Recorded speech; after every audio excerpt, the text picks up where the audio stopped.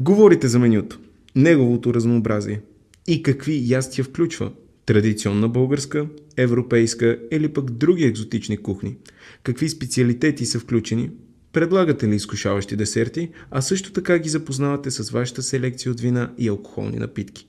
Информирате ги за прилаганите от вас различни концепции за здравословно хранене и евентуално представяте други основни принципи в приготовлението на храната. Рекламирайте храната, която приготвя вашият майстор-готвач. Колко много е вкусна, прясна и колко е полезна. Какви са местните продукти, млякото, млечните произведения, плодовете и зеленчуците. Какви бири предлагате? Разполагате ли с крафт бира или пък бутикови вина от околни винарски изби, фермерски продукти от собствени или местни ферми, произведени без торове, химикали, консерванти и стабилизатори.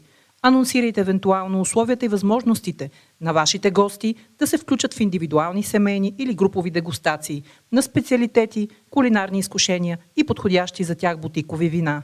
В такова кратко клипче обявявате работното време на обектите, стандартните часове за закуски, вечери, обеди, възможност за тях, възможността за празнуване на лични поводи, рождени дни, как да се резервира маса и цялата информация необходима на вашите гости.